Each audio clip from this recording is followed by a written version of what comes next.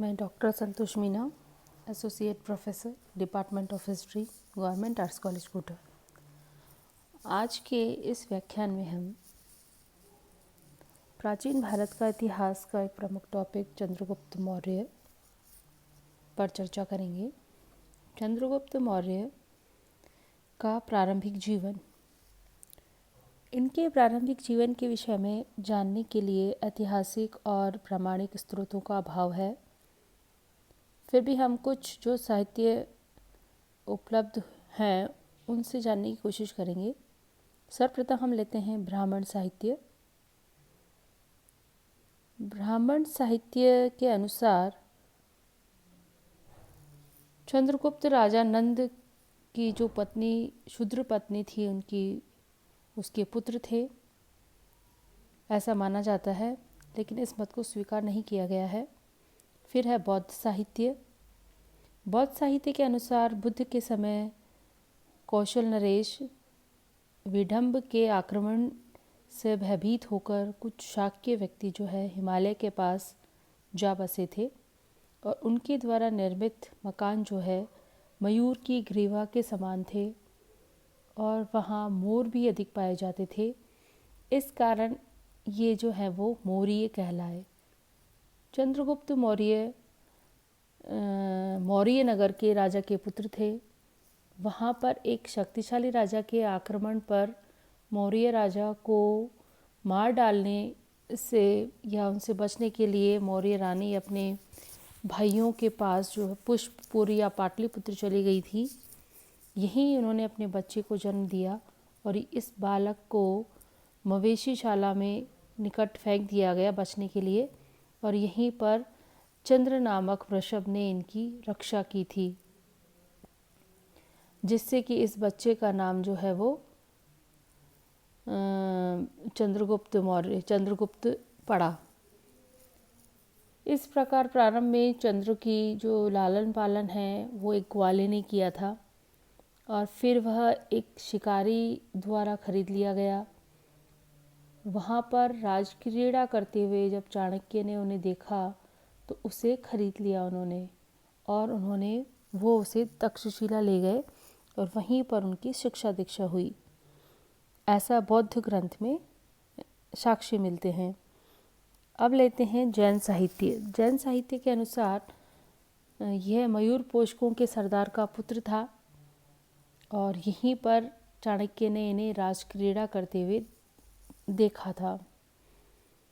अब है यूनानी वृत्तांत। जस्टिन के अनुसार चंद्रगुप्त का जन्म अत्यंत ही साधारण परिवार में हुआ था और ये भी उन्हें जो है वो मयूर पुष्पों का पुत्र ही मानते हैं। अब है आपके चाणक्य का प्रारंभिक जीवन, जिसका कि मौर्य साम्राज्य में बहुत बड़ा योगदान है। महावंश की टीका के अनुसार चाणक्य का जन्म जो है वो तक्षशिला के ब्राह्मण परिवार में हुआ था। बचपन में ही इनके पिता की मृत्यु हो गई थी। चाणक्य एक कुशाग्र बुद्धि वाला बालक थे। उन्होंने वैदिक साहित्य, शस्त्र संचालन, मंत्र विद्या, नीति शास्त्र में दक्षता प्राप्त कर ली थी। नंदराज ने पुष्पपुर में एक भुक्तिशाला बनवाई थी जहाँ बैठकर ब्राह्मणों को वो दान किया करते थे मुक्तिशाला में। एक दिन चाणक्य जो है वो प्रमुख ब्राह्मण के पद पर बैठ गए और इस कुरूप ब्राह्मण को देखकर नंद राजा ने उसे हटवा दिया वहाँ से और उसका अपमान भी किया। यहीं उसने नंदों के विनाश की प्रतिज्ञा ली थी। चाणक्य ने अपने अपमान का बदला लेने के लिए उन्होंने प्रतिज्ञा की थी कि जब तक मैं तुम्हें गद्दी से नहीं हटाकर दूसरा राजा नहीं बिठा दूंगा या तुम्हारा नाश नहीं कर दूंगा, तब तक अपनी शिखा नहीं बांधूंगा, ऐसा प्रण लिया था। उसके बाद सिंहासनारोपण की तिथि के बारे में विवाद है कि वैदेशिक भारतीय ग्रंथ और जो बौद्ध शिलालेख है उसमें जो चंद्रगुप्त का सिंहासन की जो तिथि है वो 322 ईस्वी पूर्व के होने का संकेत हमें मिलता है। अब देखते हैं चंद्रगुप्त की विजय यात्रा। कि उनकी विजय यात्रा या उन्होंने विजय योजना कैसे बनाई। एक छोटे से साधारण से बालक से वो राजा किस तरह से बने। तो चंद्रगुप्त के सामने दो स्पष्ट लक्ष्य थे। पहला लक्ष्य था कि मगध से नंदों के अत्याचारी शासन को समाप्त करना, और दूसरा था यूनानी आक्रमणकारियों से भारत को मुक्त कराना। उस समय यूनानी आक्रमणकारी भारत पर आक्रमण कर रहे थे। महावंश की टीका के अनुसार चाणक्य ने तैयार सेना चंद्रगुप्त को दी, और जिसकी सहायता से उसने नगरों और गांवों में आक्रमण किया। जनता उसके विरुद्ध खड़ी हो गई, सेना नष्ट कर दी गई। इस पर चाणक्य और चंद्रगुप्त ने भेष बदलकर जनता के विचारों और असफलता के कारणों का पता लगाने की कोशिश की। और एक गांव में जहां वे ठहरे हुए थे, तो एक बालक को उसकी माँ रोटी खिला रही थी, और बालक बीच का भाग खाने लगता है तो और वो जल जाता है। इस पर उसकी माँ कहती है कि तुम चंद्रगुप्त के समान मूर्ख हो। तुमने सीमा प्रांतों को जीते बिना ही राज्य के मध्य के गांव और नगरों पर आक्रमण किया है और असफल रहा। यह बात सुनकर चंद्रगुप्त को अपनी गलती का एहसास हो गया। उन्होंने पुनः अपनी सेना को संगठित करके पहले सीमा प्रांतों को जीता और फिर मध्य प्रांत को, और अंत में राजधानी पाटलिपुत्र को जीता। फिर हम देखते हैं पंजाब पर विजय। चंद्रगुप्त और चाणक्य यूनानी सत्ता के विरुद्ध असंतोष को भड़काते रहे। उन्हें सफलता मिली और पंजाब में मुक्ति संघर्ष प्रारंभ हो गया। सिकंदर की मृत्यु के बाद यूनानियों के विरुद्ध विद्रोह होने लगे। यूनानी सत्ता अब कमज़ोर पड़ने लगी और चंद्रगुप्त ने सिंध और पंजाब पर अधिकार कर लिया। अब है मगध पर अधिकार। मगध की जनता नंद शासकों के अत्याचारों से उब चुकी थी और वो उनसे मुक्ति चाहती थी, तो उन्होंने चंद्र का स्वागत एक मुक्तिदाता के रूप में किया। नंदों की सेना विशाल और शक्तिशाली थी। उसका सेनापति भद्रसाल था। धननंद को पराजित करने के लिए मुद्रा राक्षस के अनुसार चाणक्य को षड्यंत्र करना पड़ा, और इस युद्ध में 100 कोटि सैनिक, 10,000 हाथी, 1 लाख घोड़े, 5,000 रथ मारे गए। धनानंद को गड़ा हुआ खजाना, जो धनानंद का खजाना था गड़ा हुआ, वो चंद्रगुप्त को मिल गया। तो इस प्रकार उसने मगध पर विजय प्राप्त की है। अब है जम्बूद्वीप पर विजय। पंजाब और मगध विजय से भी चंद्रगुप्त जो है वो संतुष्ट नहीं हुए। उसने भारत के अन्य भागों पर भी विजय प्राप्त की, जिसमें महावंश से ज्ञात होता है कि कौटिल्य ने चंद्रगुप्त को जम्बूद्वीप का भी सम्राट बनाया था। अब है आपके सेल्यूकस से संघर्ष।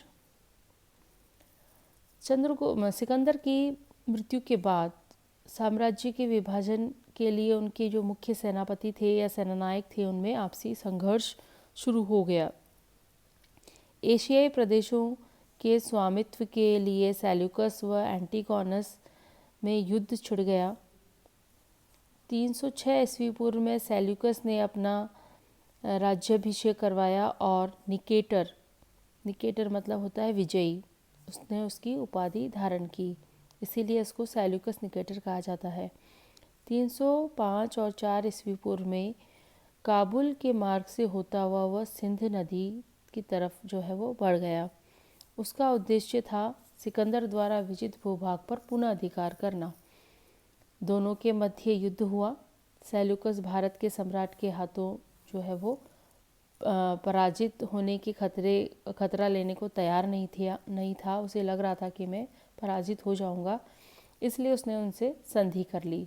तो सेल्यूकस ने 4 प्रांत चंद्रगुप्त को दे दिए, जिसमें से जो वो थे एरिया यानी हेरात, आर्कोशिया यानी कंधार, जैंड्रोसिया या गैंड्रोसिया यानी बलूचिस्तान, और पैमी सदाई यानी काबुल। इस संधि से दोनों को लाभ हुआ। सेल्यूकस के राज्य की पूर्वी सीमा सुरक्षित हो गई क्योंकि उसने इससे संधि कर ली थी। और चंद्रगुप्त ने इसके बदले में सेल्यूकस को 500 हाथी प्रदान किए। संधि को सुदृढ़ और स्थायी बनाने के लिए सेल्यूकस ने अपनी पुत्री हेलेना या हेलन का विवाह जो है वो चंद्रगुप्त से कर दिया। और सेल्यूकस ने अपने एक राजदूत मेगास्थनीज को भी पाटलिपुत्र में भेजा और उसने यहाँ पर आकर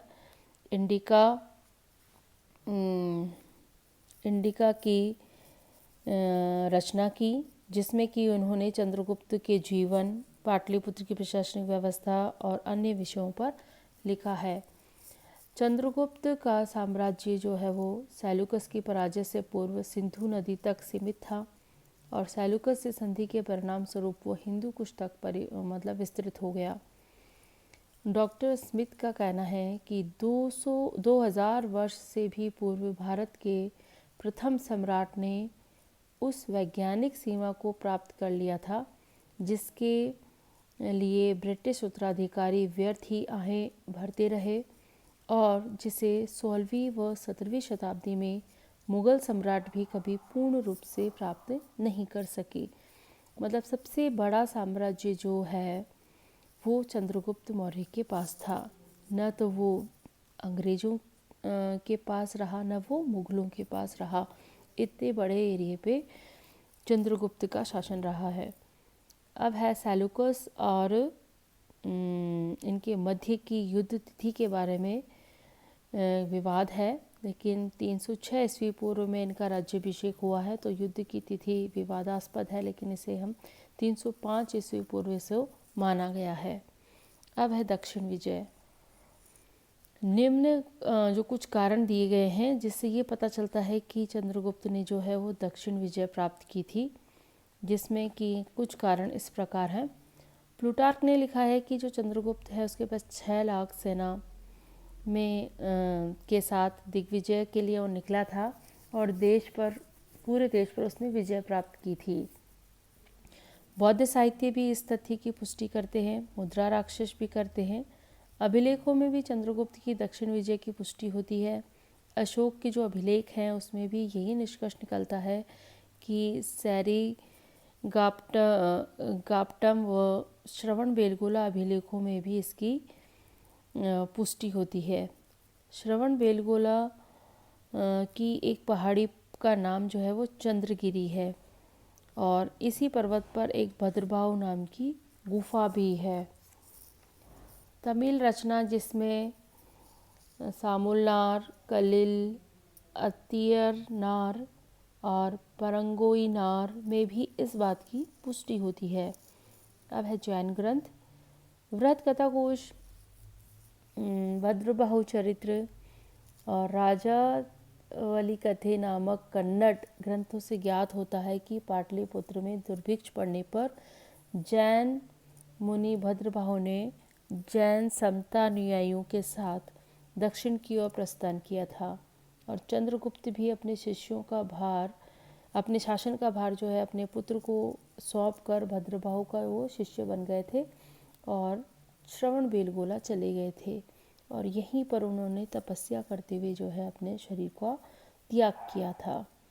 तो उपयुक्त सभी जो तर्क हैं उनसे ये पता चलता है कि चंद्रगुप्त ने दक्षिण भारत में विजय प्राप्त की थी। अब है इसका साम्राज्य विस्तार। इसके साम्राज्य विस्तार उत्तर में हिमालय से लेकर दक्षिण में मैसूर तक था और पश्चिम में हिंदुकुश से पूर्व में बंगाल तक विस्तृत था। अफगानिस्तान, बलूचिस्तान, संपूर्ण पंजाब, सिंध प्रदेश, कश्मीर, नेपाल, गंगा जमुना का दोआब, मगध, बंगाल, कलिंग, सौराष्ट्र, मालवा, मैसूर तक का क्षेत्र चंद्रगुप्त के साम्राज्य का अंग था। तो ये सारा प्रदेश जो हैं इसके साम्राज्य के अंग थे। अब है चंद्रगुप्त का मूल्यांकन। चंद्रगुप्त एक ऐसा व्यक्ति था जिसने न केवल यूनानी और विदेशी आक्रमणों को विफल किया वरन भारत के बड़े भूभाग को यूनानी आधिपत्य से मुक्त भी कराया। चंद्रगुप्त ने सर्वप्रथम भारत को एक राजनीतिक एकता प्रदान की जो पहले कभी यहाँ मौजूद नहीं थी। चंद्रगुप्त ने जिस साम्राज्यिक इतिहास का श्री गणेश किया था वह उसके बाद बहुत समय तक बाकी न रह सका। मौर्य सम्राटों के अधीन भारत की जो राजनीतिक एकता स्थापित हुई थी उसे उनके उत्तराधिकारी जो है वो अक्षुण्ण न रख सके। तो इस प्रकार जो है चंद्रगुप्त का मौर्य साम्राज्य यहीं समाप्त हुआ। अगले अध्याय में हम मैगस्थनीज का जो भारत वर्णन है उस पर चर्चा करेंगे। धन्यवाद।